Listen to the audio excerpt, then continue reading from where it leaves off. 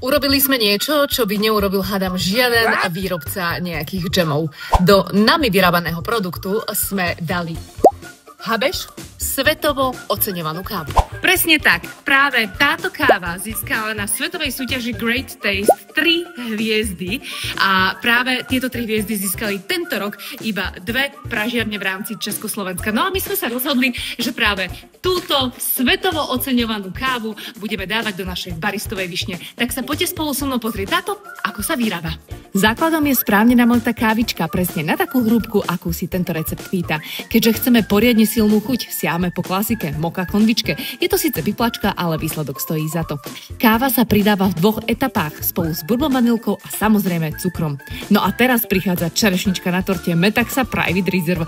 Na jednu šaržu, z ktorej vznikne približne 150 produktov, padne minimálne 12 fliaš tohto pokladu. Potom už len všetko uzavrieť, premiešať a hurá do polničky.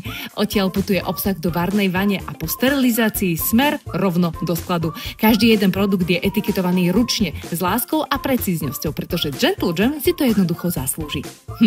Tak čo? Kto sa nechá zlákať na baristovú višňu s Habeš kávou?